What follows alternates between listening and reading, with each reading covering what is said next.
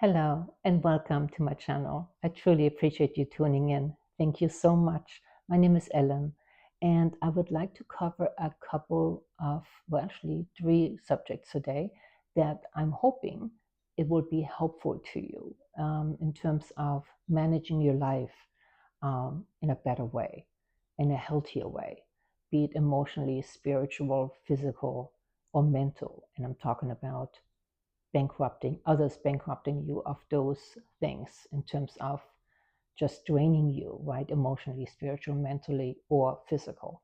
So, who is causing you to go bankrupt, so to speak? And what is causing it? And why is it even happening? And my question is also, why are we letting it happen, right?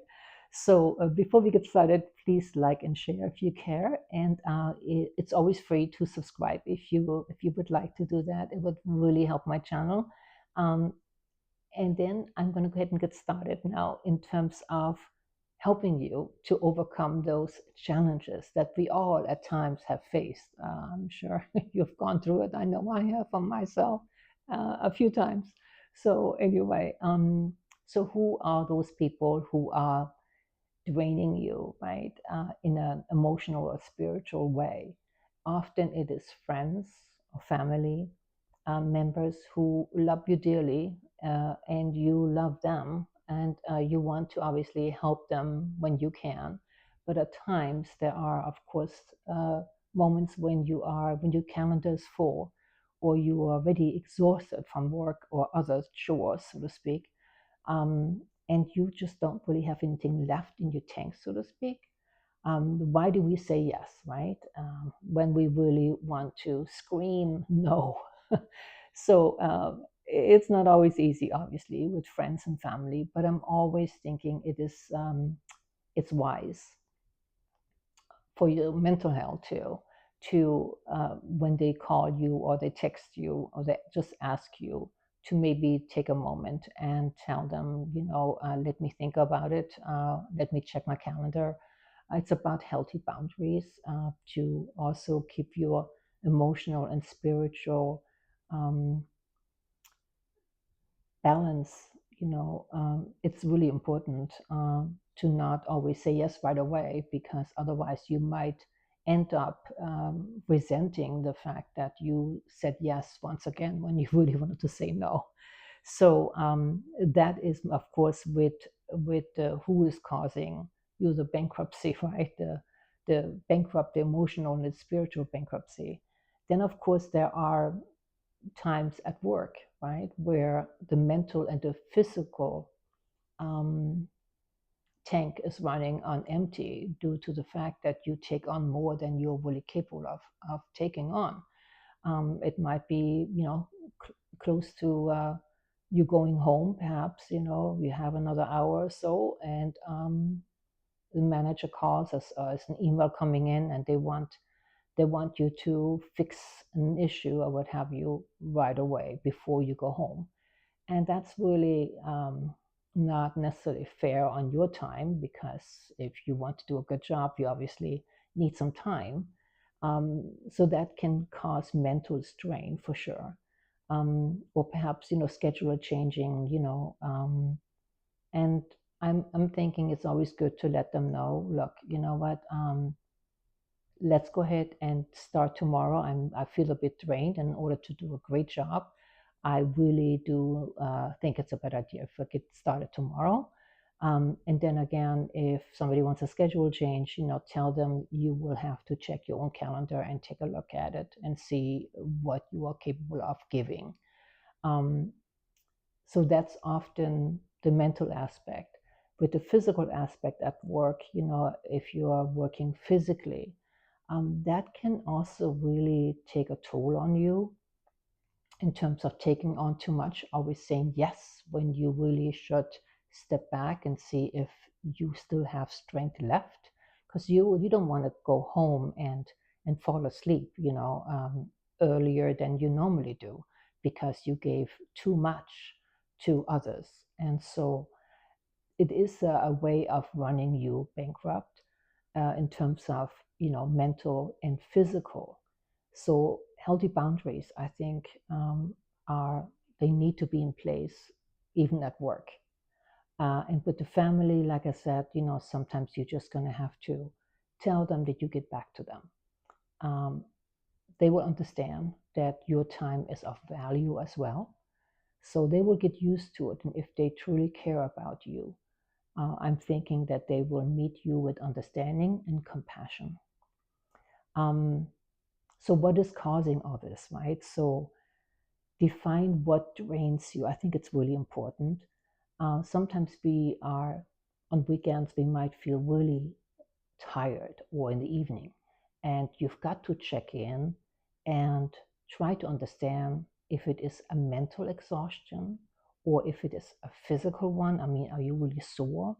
When you are sore from a physical job, I think a hot shower or a nice bath, always helps. Maybe a massage on the weekend. Um, if it is mental, I'm thinking going out in nature after work is very helpful. Some meditation, prayers, whatever is helpful to you. I'm thinking that's always something to restore the balance again so you can start the next day all over again. But in a way where you feel, you know, restored. Um, and then, of course, there is gaining clarity, right? It's important, like I said. And if it is a mental exhaustion, sometimes you just need to take a day off, perhaps if you can, or perhaps have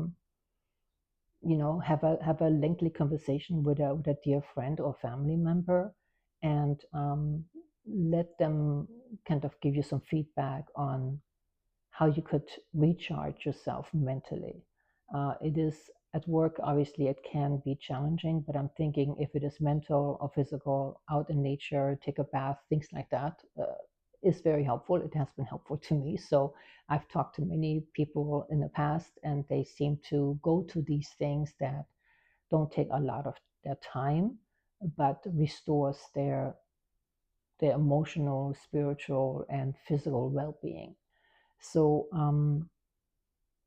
you're probably going to ask yourself at some point, why, right? Why am I even saying yes when I really mean no? And my question would be, are you are you passive about your life? Are you more of a yes person rather than saying, you know what, let me think about this?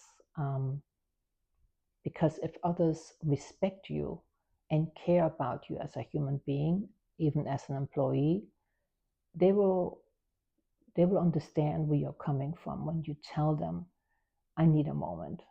Even if you just take a short break for 5 minutes and go outside and just get some distance, I think it really helps to kind of clear your head a bit and then come back and reapproach. So not shooting from the hip all the time, saying, yes, of course, there are situations, obviously, you don't have time to think. But for the most part, I'm thinking it would be easier on your mental state, on your emotional, spiritual, and physical state to take a moment and not to take on more than you actually are capable of taking on. And with the family, of course, when family keep asking you to perhaps take the children for the weekend or to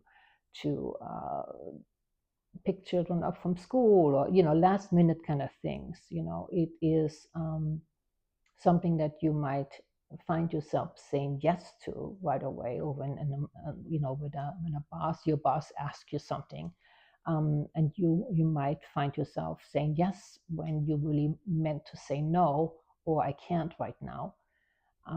If you find yourself keep saying yes to things that you really want to say no to, with time, what you will find, even with family and friends, you will find that you are resentful. You find resentfulness is building, and you're resenting them for even asking you, because there might be other options, but somehow you find when you look at the situation, in the whole, that you seem to be someone who's always showing up for things when others are not even being asked. So resentment is never good. It's unhealthy, and I would say, that is not a way to live life. Being resentful, it's yeah, not healthy. And then, of course, there is the passive aggressiveness, right? That you find a lot among people, where they're making these small remarks, here and there, instead of saying what they really mean. Sometimes they're being passive aggressive, but it's unresolved anger. That's really what it is. It's an unresolved issue as well, where they are not really talking about what they should be talking about. So I'm thinking, with yourself addressing it, it's really important to write it down if you have to, in the evening, in the morning, whatever helps. 5 minutes, write things down that worked for you during the day, and then at the same time, on the other page, maybe I have an A and B, page, what works and what doesn't, or what did and what did not, and then compare those, and eventually you will find yourself perhaps making wiser choices for your whole well-being, because that's really what I would love for you to take away from this, is to take care of yourself first before you take care of anyone else. And it's about approach, right? And how you respond. And so I'm thinking always, it's like, okay, why are we saying yes when we mean no? Is it out of fear? Is it fear based? Are you afraid to lose your job if you say no this one time? I mean, if you say no all the time, obviously maybe you need to get out of there and find a new job. But if you once in a while find yourself saying no, I think there shouldn't be an issue with it. At the same time, with family, it's a give and take. Hopefully they will say yes many times to you, and but if you find yourself that you are always the one who kind of picks up the slack, there's something wrong there for sure. And if it is a fear, or maybe it's ego, that you want to be someone who does the right thing all the time, and that's honestly, it's really impossible to always do the right thing. It just is. And so cut yourself some slack. Take care of yourself, because only when you take care of yourself can you take care of others. It's just the way it is. You can only give so much, and you don't just want to give just because. You want to give quality time and quality work, and and not feeling like everyone is kind of bankrupting you completely, where you have nothing left in the tank, nothing for yourself. And that's not right. You should always give to yourself first. But with all of this being said, I have to ask you, and I've been asking myself that in the past, and I have obviously changed my life because of it. But it is most importantly, the question always is like, why do you allow others to treat you the way they're treating you? If it is in the wrong way, right? So if they're asking you too much and you give too much, ask yourself, why are you allowing it? What are you afraid of, right? So figure that out for yourself, because that's different for everyone. But I'm thinking, by writing things down and figuring out what works for you and what does not, what replenishes you and what drains you. If you can find the balance somewhere, you're good to go. You are going to have a whole different life. So, with all that being said, I'm hoping that I help you, and I will see you in the next video. And so, have a wonderful day, have a wonderful morning, have a wonderful evening, wherever you are. And I will see you another time. I thank you so much. Bye bye.